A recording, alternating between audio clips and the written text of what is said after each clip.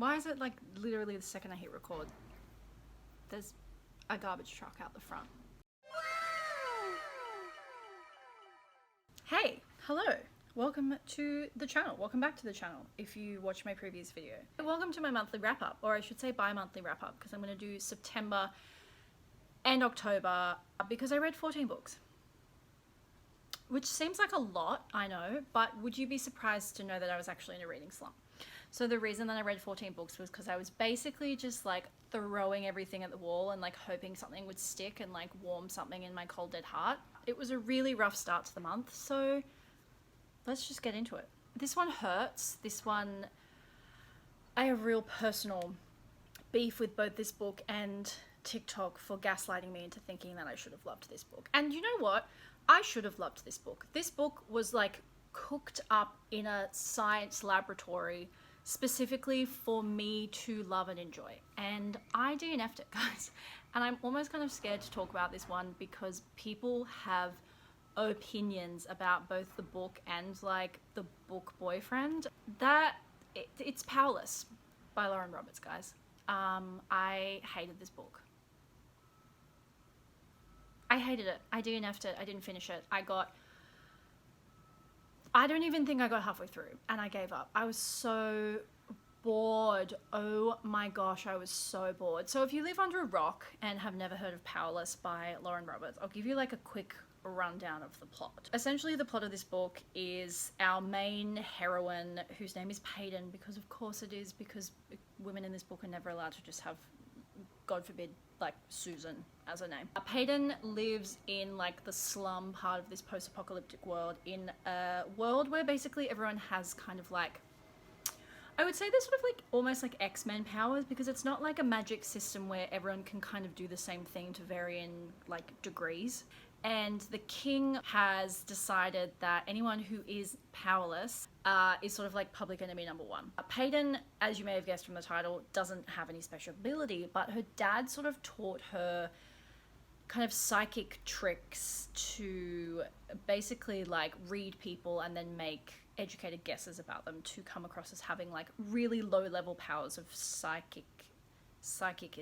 She accidentally saves the life of one of these princes and gets dragged into this thing called the purging trials. This book had all of the right ingredients for me to love. It's basically the Hunger Games. It's the Hunger Games. It's the Hunger Games. This was not it.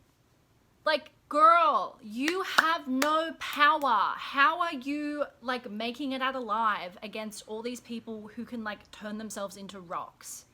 The actual action sequences are relegated to like a few pages, like the actual purging trials, which should in theory be like the most exciting part of the book, was so boring.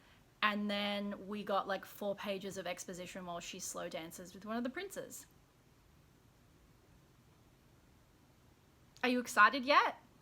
I gave up on this after the first trial. A couple of my friends who have finished this, I asked them to spoil it for me because I was like, I want to know what happens, but I don't want to know enough to force myself to read the rest of the book, which by the way is 530 pages. This one felt like a personal attack. I don't even know if I can give it 1 out of 5 because I didn't finish it. 0.5 out of 5. Okay, so now that I've got that off my chest, September, like I said, didn't start great because the next book I also didn't love. I didn't violently hate it as much as Powerless, but it definitely wasn't my favorite. And the next book was 4 Seasons in Japan by Nick Bradley. This was one that was chosen for me by one of my friends who is in a book club that I run with her. I would have never picked up this book on my own. It just would never be something that I would be drawn to. It's really not my type of genre. It's just not my book. And it really like pushed me out of my usual comfort zone in terms of genre. So I gotta give props where props are due, you know? I didn't hate it.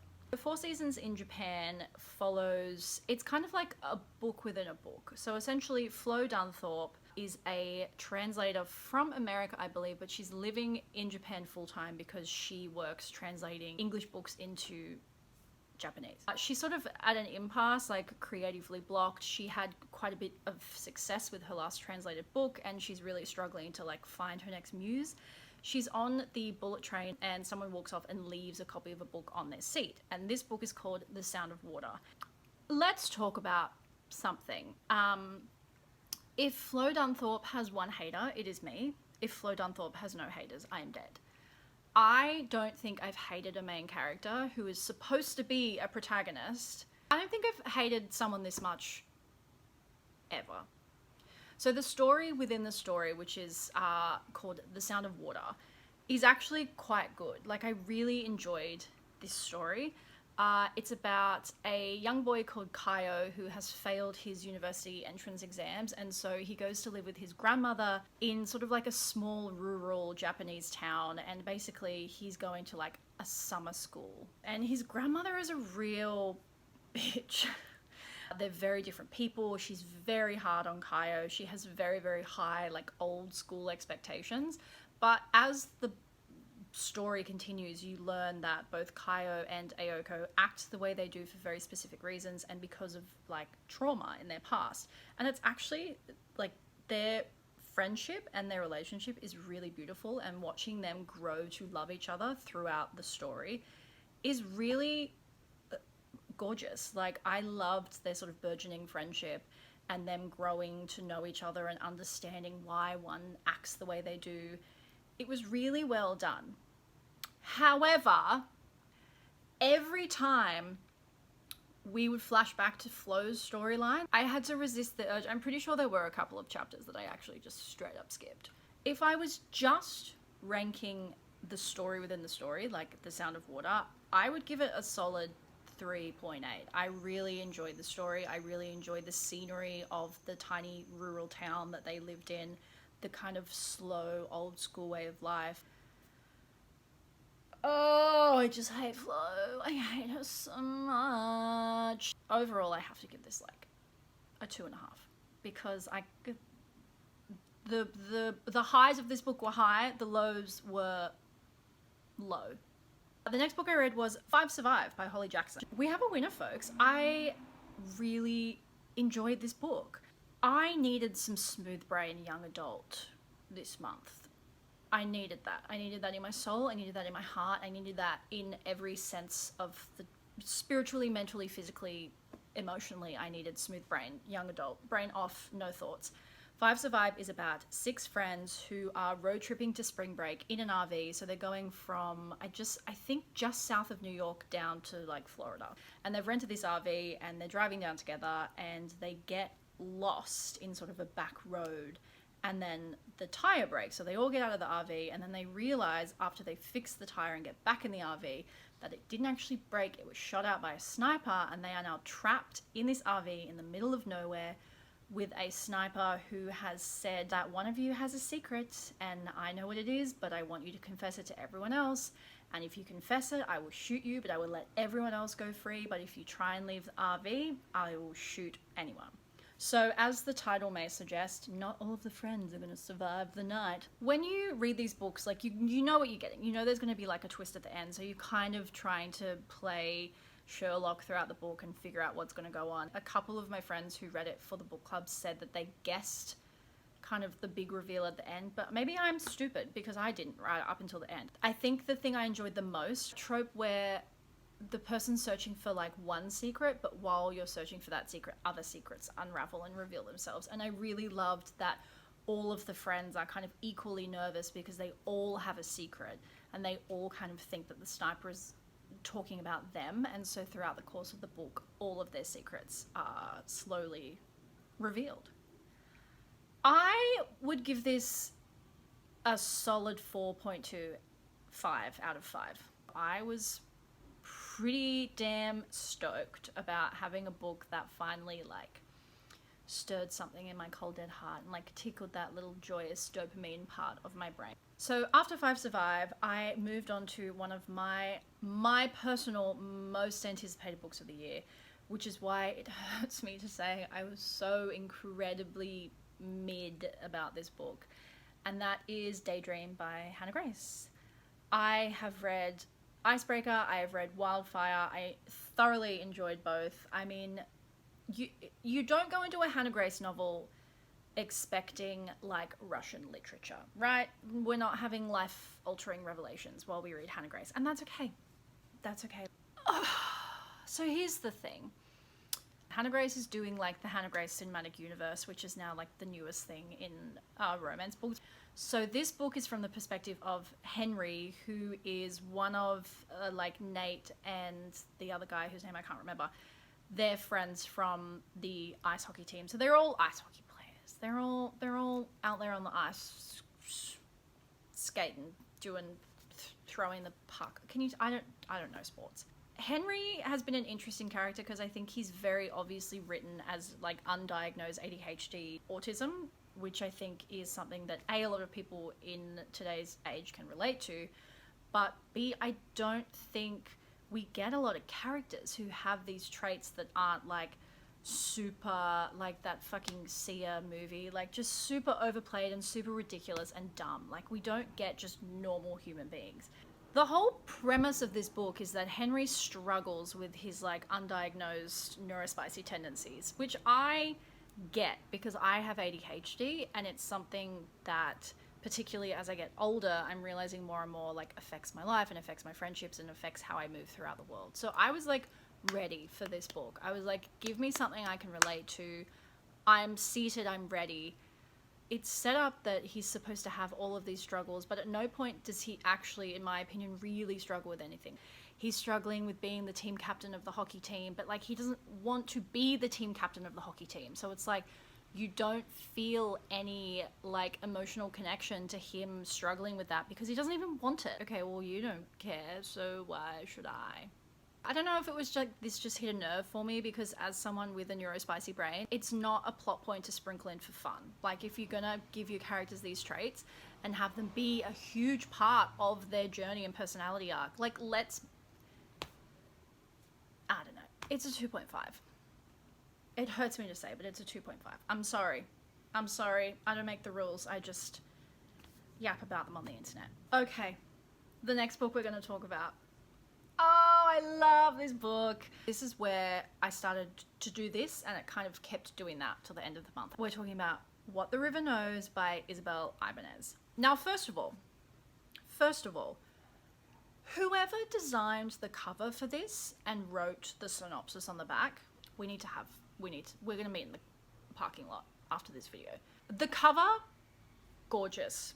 It does not convey the vibe of this book accurately. I was turned onto this book when two of my friends who run a podcast book club called Girls on Tour, which you should check out and I'll link below.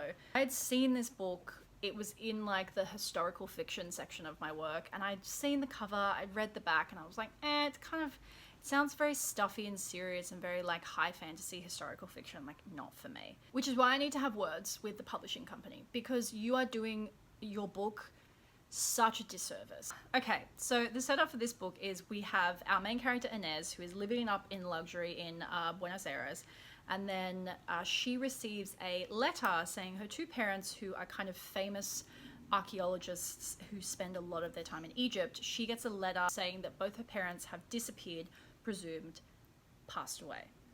Inez is not happy with this explanation, so she takes it upon herself to investigate the death that clearly no one else is going to investigate. So she goes to Egypt to try and find her parents, and through that she gets sucked into this expedition that ends up trying to find Cleopatra's tomb. This book, if you liked the movie The Mummy, and if you like romantasy, and if you like young adult romance, fantasy, that kind of like real tropey, please read this book. It is not stuffy historical fiction. It is not high fantasy. It is not any of the things that I feel the synopsis and cover portrays. The yearning between Inez and Whit, who is our main love interest, oh, it's just done so well. And their banter is like top tier. Their friendship, romance, growing love for each other. Mwah, mwah, mwah. I have no notes. If you are someone who grew up loving mythology, grew up loving ancient Egypt, likes romantasy, you should read this book 4.8 out of 5. It does end on a huge cliffhanger. The second book, What the Library Hides, What the Library Knows, What the Library Hides, that is out November 12th. And I'm so excited. The next two books that I read are kind of like my comfort go-to author. And I read two of them in a row and I got what I was trying to get. When you just want like easy, immersive mystery, Lisa Jewell is your girl. So the first book of Lisa Jewell's that I read was Then She Was Gone, and it is basically a split narrative, which is just something that I personally love in books. We have Laurel, a mum who has sort of been in pieces since her daughter Ellie went missing, I want to say 16 years ago.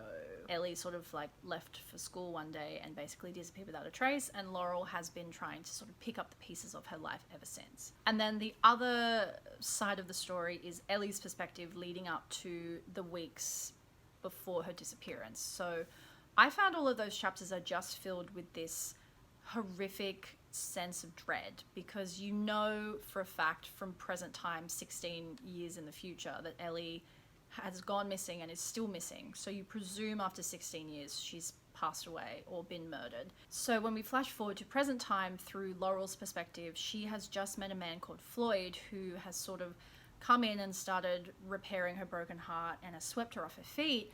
But he has a daughter called Poppy who is 14, I believe, and she is the spitting image of Ellie at the same age. I will say I sort of guessed what was going on halfway through, but it didn't take away from the book. I still found myself really immersed in both the past narrative of hearing about Ellie's life and then what happened to her. Without giving away the ending, I will just say this one doesn't really have a happy ending. If you're someone who likes your mysteries sort of tied up into a little bow, happy families at the end, this one's not for you. 4 out of 5. Solid 4 out of 5. I got what I wanted. The second Lisa Jewell book I read was The Night She Disappeared. And look, I remember really enjoying this when I read it. However, when I sat down to prep my notes for this video, could I remember one single plot device? No, I had to Google the plot because I was like, what happened again? So do with that information what you will. Very similar to the first one, you've got split narratives between the mother, who is Kim, and then Tallulah, who is her daughter. So the story is the story of Tallulah and Zach, who are young parents. They've just had a baby 2 years ago at this point called Noah. So they're sort of living with Tallulah's mum and getting accustomed to life as young parents. Zach and Tallulah have a very complicated relationship, and Tallulah is sort of exploring things about her own sexual identity, and that complicates things. And then the other story is Kim, who is in current time and has been told by police, typical, that they believe Zach and Tallulah have run away, but she's sort of like, no, Tallulah would never do that, I know my daughter. So again, you've got the present tense of the mother searching for the daughter, and then the past tense in the lead up to the daughter disappearing, which is just, I get that that's not a trope for everyone, but it's something that I really, really enjoy.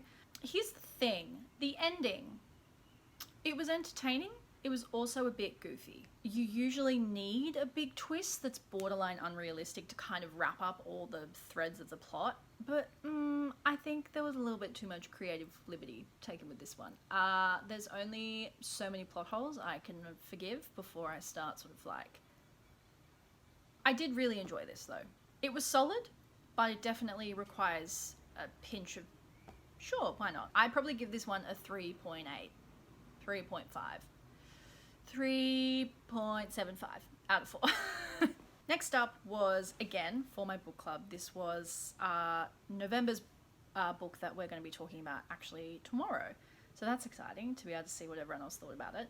And this was How to Sell a Haunted House by Grady Hendrix. This, again, is something that I don't usually read a lot of horror. So I was excited to try this. This was picked by my friend Noni, and I was very excited to get into something that I wouldn't normally read. This one is about Louise, who is a single mother, who she finds out one night that both her parents have passed away in a tragic car accident, so she has to go home to help her brother Mark pack up their parents' house. Fair warning, if you are someone who doesn't like porcelain dolls or puppets, you are going to hate this book. Yeah, this one's going to be a hard pass for you, because this book knows how to make you squirm and it's really not shy about it. The second Louise gets back to her hometown and steps into the house, the tension starts ratcheting up, and Grady Hendrix just really does not take his foot off the gas pedal. It just goes from bad to worse. And there were parts of this book, there was a scene about 3/4 of the way through that made me like physically shudder. And there were times where I would be reading this book in broad daylight in the middle of my house and I would get the EBGBs. So Pupkin, who is kind of the main antagonist of the book, I guess you would call him, terrifying. In the bin, thanks, I hate it. All in all, I was pretty pleasantly surprised with this. I think I give it a 4.25 out of 5. Did what it's supposed to do. My final book for October was another Holly Jackson. I just really wanted to finish the month off strong after a bit of a slow start. This book, 8. Oh, I loved this book. This book really taps into our current kind of obsession with true crime, but it kind of puts a fresh twist on it. So we follow Annabelle, or Belle, whose mother Rachel went missing when she was a toddler. And at the time it happens, Annabelle is in the car, alone in the car with the air conditioning turned on to keep her warm, but her mother has just vanished. So the book starts in present tense where Belle is now 18. It sort of like talks about what it's like to live under this cloud of mystery, what it's like to live in the shadow of having someone in your life go missing and then having your father being accused of killing her and then going to jail and being found not guilty eventually. And in present tense, there is a documentary film crew who has decided to do a movie about the disappearance of Rachel Price. And then, as you might tell by the title of the book, as they are filming this documentary, Rachel reappears, and straight away Belle is not really buying the story that she's putting forward. So we get to try and unravel the mystery of what actually happened to Rachel alongside Belle, and it was really good. I like the fact that it centers the true crime narrative around the family and the victim rather than the perpetrator, which I find a lot of the time we don't get. I would give this a solid 4 out of 5, which meant I ended the month on quite a high, which I was really happy about. So those are my books for the month. Those are the books I read. As you saw, it was a pretty mixed bag. I obviously didn't go over all 14 books that I read because this video would be 700 years long. And honestly, most of them I felt pretty mid about. So I really only talked about the ones that I had strong feelings about. Yeah, I hope you liked this video. I hope you pick up some of the books that I talked about. If you have any suggestions for books that I should read next, leave them in the comment and I will see you next week.